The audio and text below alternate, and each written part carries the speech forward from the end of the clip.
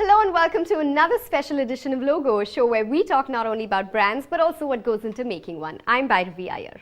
And I'm Baljeet Chadha. Starting this month, every month we'll bring to you a special series called Beyond Logo.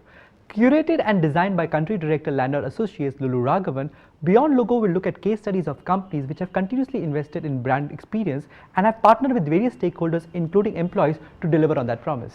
Lulu Raghavan is a well-known name and has been at the forefront of brands like Cafe Coffee Day, GMR and Taj Hotels, Resorts and Palaces. This week she takes us through the brand architecture of Indian hotels. Have a look.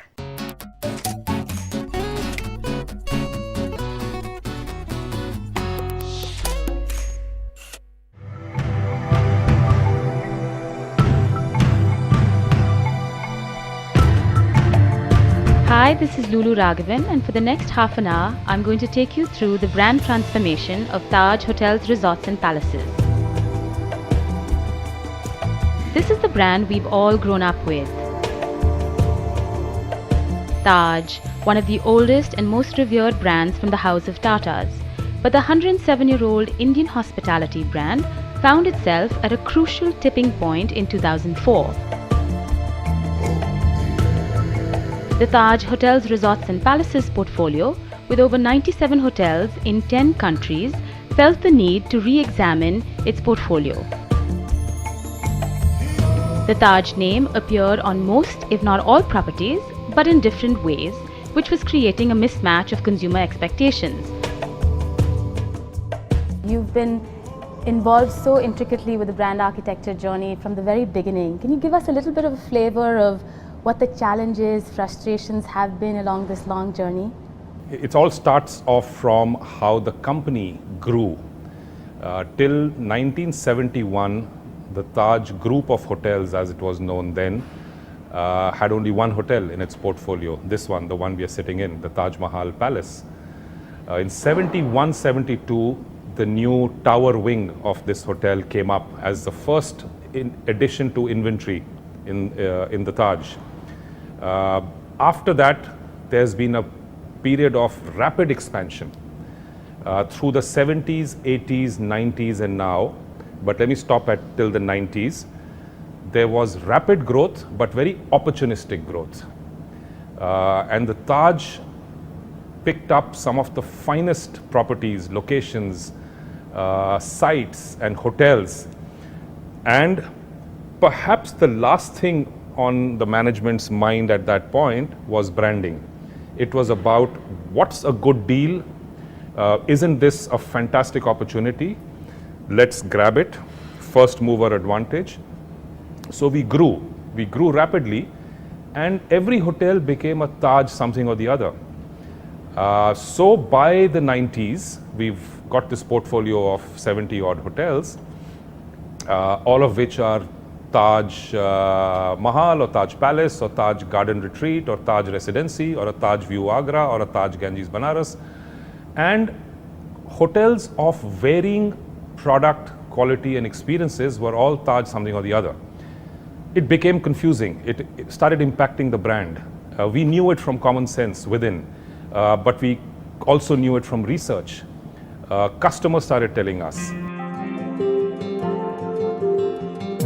And in a surprise move, in January 2003, Ratan Tata brought in Raymond Bixen, the first non-Indian to lead Indian Hotels Company.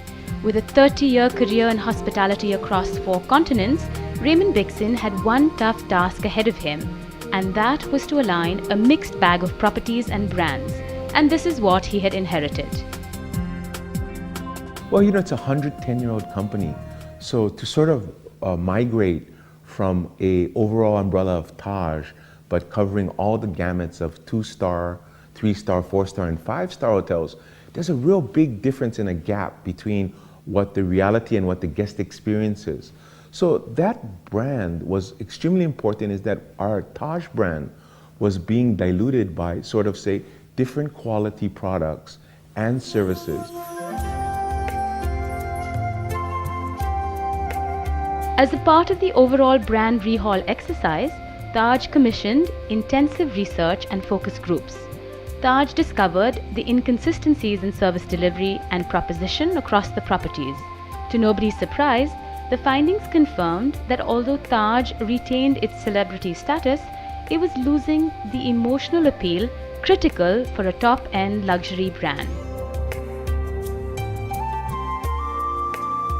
After several rounds of debate and deliberations, Taj decided to adopt a new brand architecture model called Sun and Planets, with Taj as the master brand and 3 new brands, Vivanta by Taj, the Gateway Hotel and Ginger, with varying degrees of linkage or no linkage to the master brand.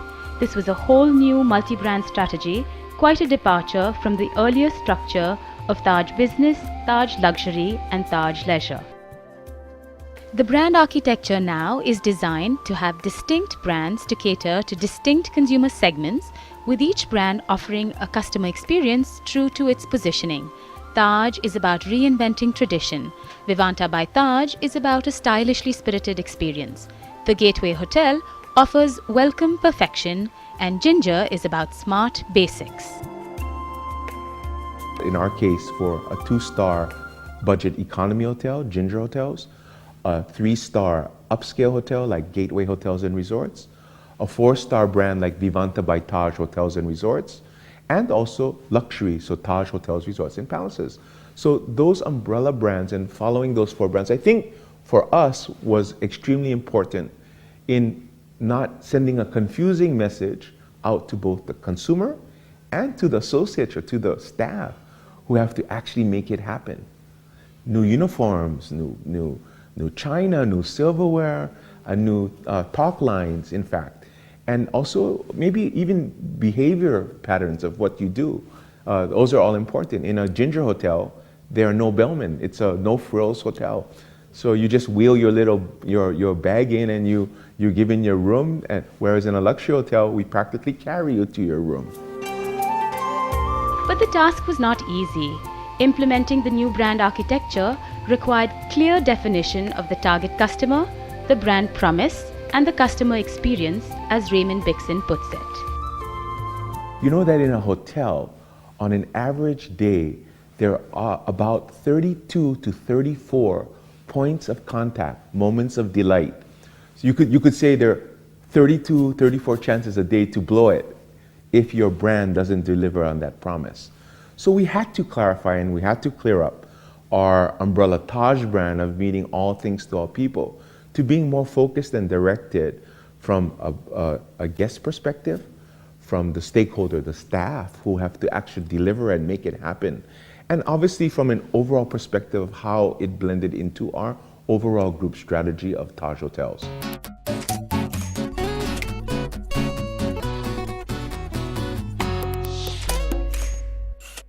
Reshuffling of the portfolio of brands, thereby resulting into a new brand architecture, as Raymond puts it.